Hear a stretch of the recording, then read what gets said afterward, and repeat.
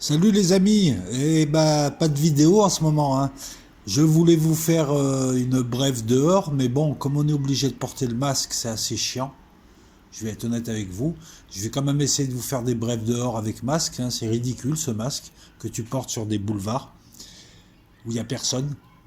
Et avec l'interdiction en plus, enfin la fermeture à 23 heures de tous les commerces et bars, hier soir je suis sorti faire un tour, c'était vide. C'est terrible. La ville était vide. On avait l'impression qu'il n'y avait pas d'habitants. Il n'y avait personne. Bon, sauf moi, quoi. Pas de vidéo parce que je suis tributaire de l'actualité et que c'est le. On a l'impression que c'est le calme avant la tempête, mais enfin, je dis ça, je dis rien en même temps. Non, mais il y a aucune nouvelle guerre. Cet été, il y a pas eu quelque chose de déterminant. Si, la Biélorussie, j'en fais une analyse sur Patreon, je l'ai posé tout à l'heure, l'analyse. Biélorussie, Navalny, je creuse un peu des pistes. Intéressant, si vous voulez aller sur Patreon. Il y a l'un d'entre vous qui m'a posté un truc intéressant, c'est tu devrais faire un tuto pour Patreon pour y aller. C'est simple, sous chacune de mes vidéos, là où il y a plus, plus, moins, tu tapes à plus, et il y a tous les liens. Ma deuxième chaîne, Patreon, ma troisième chaîne, qu'est-ce qu'il y a encore, Facebook. Voilà, vous avez tout ça. Donc vous cliquez sur le lien Patreon et en principe ensuite il n'y a même pas besoin de tuto, c'est assez simple. Voilà. Pour ceux qui veulent aller voir des vidéos, je viens de poser Cartel, Cartel mexicain. La première partie, juste l'installation du contexte. La Biélorussie, bah ouais, bah écoute, j'en fais une petite analyse, hein, donc clairement c'est Poutine le grand gagnant et c'est Poutine en fait qui a bien joué, hein, qui a laissé Poutine le grand maître d'échecs, j'ai envie de te dire. Voilà. Il a utilisé ce que j'appelle la technique de l'aïkido, il s'est servi des forces adverses pour arriver à ses fins, à savoir resserrer le collier autour de Loukachenko, hein, qui est pas si docile que ça et qui n'a pas envie apparemment de signer le traité de l'Union, ce fameux traité de l'Union. Je parlerai pas ici de l'unité 29 155 du GRU, qui peut-être éventuellement, je sais pas, hein, serait responsable de l'empoisonnement de Navalny, parce que moi je pense que c'est les Russes. Ça pourrait être un service adverse aussi pour faire porter ça sur le dos des Russes en même temps que la Biélorussie. Ça pourrait être tout un tas de choses. Mais moi, je pense que c'est les Russes, surtout qu'ils ont une longue tradition d'empoisonnement. Et ces dernières années, cette unité, cette fameuse unité super élite, a quand même connu quelques ratés à Rotterdam et ailleurs. On l'a vu un peu partout en Europe. J'en parle un peu plus longuement, hein, sur Patreon. Qu'est-ce qu'il y a d'autre? Ben, je vois que Paris aussi connaît le masque. C'est inquiétant, ce masque. Là, on est véritablement dans une phase de dressage, où il nous muselle, au sens figuré, au sens propre. Il y a un truc, moi, qui m'agace. Il y a des gens qui me disent le Covid n'existe pas. Mais les gars, arrêtez de bloquer sur ça, vous êtes en train de jouer leur jeu. Le Covid existe. Qu'est-ce qui me fait dire que le Covid existe? C'est pas BFM. J'ai un outil, c'est Internet. Je vois que tous les médecins du monde entier, tous les services hospitaliers du monde entier, tous les scientifiques du monde entier, ne me dites pas qu'ils appartiennent au nouvel ordre mondial, te disent qu'il y a une nouvelle maladie, qui a des symptômes, qui a des effets bien spécifiques et qui existent, c'est le Covid. La véritable question, c'est est-ce que la pandémie n'est pas exagérée? C'est ça la question. Est-ce qu'au final, ils en font pas trop? Est-ce qu'au final, ils s'en servent pas maintenant, après nous avoir fait, après la phase escroquerie économique, hein, avec le remdesivir et le vaccin à venir? C'est une phase purement économique, mais c'est aussi une phase qui permet d'installer un climat. Donc est-ce qu'ils vont pas s'en servir comme instrument d'ingénierie sociale? En septembre, il y a toutes les rentrées sociales, il y a les manifs, il y a tout ce que tu veux. Voilà, bah t'as deux grosses villes, hein, t'as la capitale et Paris, bientôt Lyon, je suis sûr. Et dès qu'ils voudront, ils reconfineront en te présentant les chiffres et en biaisant les chiffres. Est-ce qu'il y a véritablement beaucoup plus d'hospitalisation que ça? C'est ça l'indicateur, c'est les hospitalisations. Ils font de plus en plus de dépistage, donc ils vont trouver de plus en plus de gens qui ont le Covid, mais sous forme bénigne et qui ne le transmettent pas et qui sont asymptomatiques.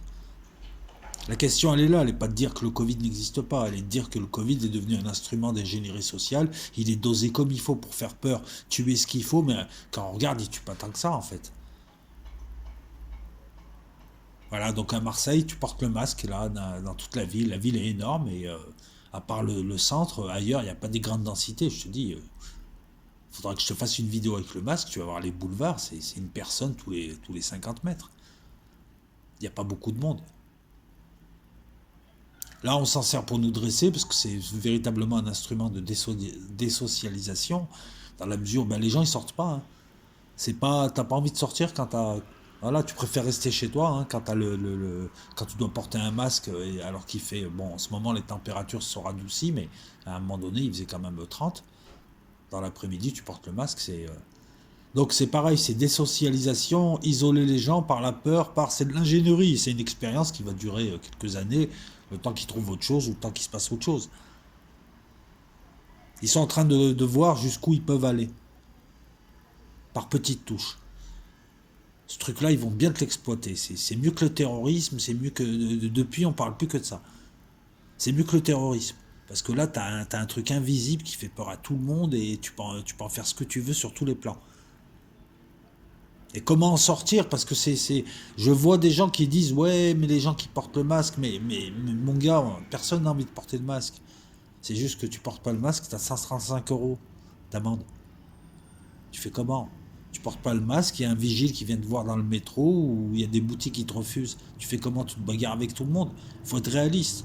Le truc, c'est pas qu'est-ce que nous pouvons faire à titre individuel, c'est qu'est-ce qu'on peut faire à titre collectif. Il n'y a que ça qui peut encore permettre de résister un petit peu sous forme associative, sous forme de guérilla juridique, sous forme de choses qui font que tu n'iras pas en prison, que c'est légal. Et encore une fois, je le dis, c'est là où on voit qu'il n'y a pas d'association qui fait ça, ou alors peut-être qu'il y en a et je ne suis pas au courant, mais voilà, sur un plan national, se regrouper pour, sous forme associative, contester ces mesures, et puis refuser ça, parce que là, c'est le printemps aussi, ils vont nous faire le coup. Hein. La troisième vague, la quatrième vague, la nouvelle vague, Jean-Luc Godard, non mais je rigole. Le calme avant la tempête. En Syrie, classique, hein, bon, tir de missiles israéliens, ouais, les S-300, c'est les plus forts. Et tir de missiles israéliens, défense antiaérienne syrienne, des morts, voilà, comme d'habitude. Le Liban, c'est marrant, le Liban, Macron qui te dit qu'il va faire pression sur le gouvernement libanais, enfin en tout cas sur sa formation, mais le mec, il se prend pour... ça, c'est de l'impérialisme. T'es qui? Je veux dire, t'es un président et tu t'ingères dans un autre pays. Il est partout en ce moment, Biélorussie, mais il n'a pas compris qu'il n'avait pas la main en fait. Le roquet, ça aussi quoi. Profiter d'une catastrophe nationale pour essayer d'imposer des mesures drastiques, politiques et économiques par le biais du FMI et dire qu'on aide le Liban, c'est pas vrai. Peut-être pas le Liban, vous essayez de lui prêter de l'argent par le biais du FMI, vous lui demandez de se restructurer, ça veut dire quoi? Ça veut dire privatiser tout un tas de secteurs de l'économie, faire en sorte que les prix montent, alors que les Libanais ont de moins en moins d'argent, ils sont dans une crise depuis 2 ans avec une hausse de la pauvreté, une crise sur tous les plans, ils ont le Covid, ils ont les guerres, ils ont tout, c'est concentré. Ils ont les réfugiés chez eux depuis 3 millénaires au moins. Et l'autre, il te dit, il va décider mais enfin, il fait rire tout le monde, mais bon, c'est agaçant, parce que c'est contre-productif, ce genre de phrase, ce genre de déclaration de Roquier. Il s'est fait mettre à l'amende par Erdogan, toute l'Europe est en train de rigoler. Et le gars, voilà, il fait le beau encore, avec le Liban. Il dresse le Liban, le Liechtenstein aussi, le Vatican. Non, parce qu'il n'y a plus personne qui t'écoute, sinon. Calme avant la tempête, ben ouais, des tensions, ouais, il y en a en Méditerranée orientale, ils jouent tous leur petite... Alors, si je comprends bien, la Méditerranée orientale, si je comprends bien, tu as les Turcs qui viennent parler au nom des Chypriotes du Nord, qui sont turcs, pour faire en sorte qu'ils ne soient pas lésés sur des champs gaziers, hein, d'énormes gisements hein, qui concernent aussi le Liban, Israël, tout le monde dans le coin, hein, les gisements Léviathan et autres, et Chypre en a aussi. Et le souci, c'est que Chypre a donné des concessions à des compagnies européennes comme Total ou Eni sur certaines zones et les Turcs contestent ces zones. À côté de ça, tu as la Turquie qui est dans le nord de la Syrie et qui conteste aussi la souveraineté syrienne. Et à côté de ça, tu as des tensions avec la Grèce de plus en plus vives, avec des chasseurs qui se raccompagnent, qui se croisent, qui se décroisent et des frégates. Si ça va pas donner quelque chose à un moment donné, parce que la Grèce est en train d'acheter de l'armement, en tout cas en train de voir comment elle peut acheter de l'armement, elle est en train de faire des alliances, ça peut déboucher sur quelque chose. Le calme avant la tempête. Pour l'instant, c'est des tensions. Il n'y a pas de tir, il n'y a pas de combat. Bah, la France est là-bas, elle est en Grèce, elle espère fourguer des trucs, des frames, des rafales, elle espère fourguer 10 rafales. C'est un peu pitoyable quand même, ça fait un peu mendiant, quoi. On va partout où il y a des guerres, on se met d'un côté, on va se venger d'Erdogan, il aurait mieux valu faire autre chose et ne pas l'amener du tout en Méditerranée occidentale parce que c'est ce qui arrive. La Libye, ça se calme, mais quand ça se calme en Libye, normalement, il y a un truc ailleurs qui apparaît. Et là, il n'y a rien. D'habitude, ça se calme là, ça reprend, tu sais, au Mozambique, je sais pas, au Yémen. Non, là, c'est partout. Au Yémen, ça grignote. Le Covid, tout ça, quoi. Qu'est-ce que tu veux que je te raconte d'autre? Voilà, donc je suis tributaire de l'actualité, mais il y a quand même des choses qui me. Ah, le Covid, matin, midi et soir, ouais, j'en ai ras le cul. J'en ai ras le cul de porter un masque. Vivement le 30, j'espère qu'ils vont pas prolonger la période, surtout que là, c'est la bonne période des promenades, c'est l'automne. J'espère qu'ils vont pas prolonger cette histoire de masque, parce que c'est ridicule. Moi, je le porte, mais bon, tu le portes à la one again, quoi. Ouais, tu le portes. On va dire, tu le portes, c'est tout. Non, on va revenir à un truc, moi, que je n'arrive pas à comprendre. Ça aussi, je vais te livrer une petite analyse quand même, que la vidéo elle ait une consistance aussi. Même si elle calme avant la tempête. Je regarde les élections américaines, va falloir que je suive et je vous ferai des vidéos dessus. Au moins deux. Facile, ouais, facile avec l'élection. Pour vous rappeler comment ils élisent leur président, hein, c'est pas très démocratique et comment surtout. Comment ça se passe? Bref, je vous ferai deux vidéos. Il y a un truc que je comprends pas. Si tu es démocrate et que tu veux gagner, et je prends le contexte, Clinton, elle est détestée partout aux USA depuis très longtemps. Les démocrates l'ont présentée à Trump croyant qu'elle allait passer avec tout le battage médiatique. Bon, première erreur de calcul. Trump l'a défoncé. Là, tu vois que Trump, bon, niveau élection, comment dire ça, c'est pas un hurluberlu et c'est quelqu'un de solide qui est en face de toi. Pourquoi tu vas mettre Biden, qui est incapable de gouverner? On le voit de plus en plus, il a des absences, il raconte n'importe quoi, il a 77 ans, il vire fou le mec. Le mec, il n'est pas charismatique, il représente rien du tout. Pourquoi l'avoir choisi lui? Pour combattre Trump, si tu devais faire un choix, ça aurait été soit une femme, soit le quadragénaire là, qui s'était présenté, là, tu sais, comment il s'appelait là, il était numéro 3. Ah, Buttigieg là. Fallait mettre un type comme ça, quelqu'un de nouveau, qui représente le milieu des USA. Les gens veulent pas de Clinton, et Biden, il est bidon. Je suis désolé de faire ce jeu de mots. Comment se fait-il que ces gens ont payé des millions, ces conseillers, tout ça, en arrivent là?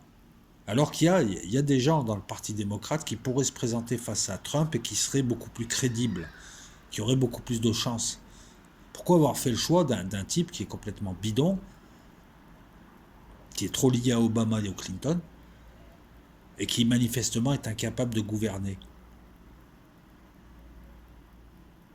C'est là où tu te dis qu'il y a les factions qui font leur jeu, et sans le savoir, elles jouent un autre jeu aussi, celui du marionnettisme, celui d'autres gens que tu ne vois pas, et qui eux ont peut-être intérêt à ce que les démocrates perdent. Les vrais faiseurs de tempo, ceux que tu vois pas. Parce que les démocrates, là, ils font tout pour perdre, en fait, leur élection. Encore une fois, t'as l'impression qu'ils choisissent un candidat bidon, et puis t'as l'impression aux USA, même avec Obama, tu regardes, on lui a mis des candidats bidons. On lui a mis McCain, on lui a mis Romney. Le mec, c'est un teubé. T'as l'impression qu'il y a au-dessus des factions qui ne s'en rendent pas compte, il y a des gens qui décident de qui sera où. Et qui, pour jouer, lui mettent un bidon en face, comme ça, il perdra. Je sais pas, c'est une analyse comme ça, hein, je balance ça comme ça. Hein. Mais non, parce que Biden contre Trump, personne n'a envie de voter pour Biden. Alors, je sais pas où ils en sont au niveau élection, parce que je me méfie des sondages, mais les démocrates voudraient perdre l'élection qui s'y prendraient pas autrement, quoi. En mettant un candidat qui est, en plus, voilà, ce type-là va quand même diriger le pays le plus puissant du monde. Le gars, il a des absences, il fait des gaffes, tout le monde te dit qu'il est sénile et que Alzheimer est pas loin, quoi. Alzheimer est au bout du couloir. Voilà les amis, je ferai un live questions-réponses géopolitique dans la semaine. Je vous poserai une brève en extérieur dans la semaine. Là, c'était juste une petite brève, une petite vidéo quand même pour garder le contact et puis pour dire quand même quelques petits trucs, hein, comme là, une analyse, hein, c'est une analyse, vous me direz ce que vous en pensez, vous n'êtes pas forcé d'être d'accord. Et sur Patreon, bah, encore 2 vidéos demain qui arrivent, hein, qui sont en cours de montage et qui arrivent et on s'arrête pas et ainsi de suite. Et je vous remercie toutes et tous pour votre soutien et puis voilà, et puis à plus, ciao.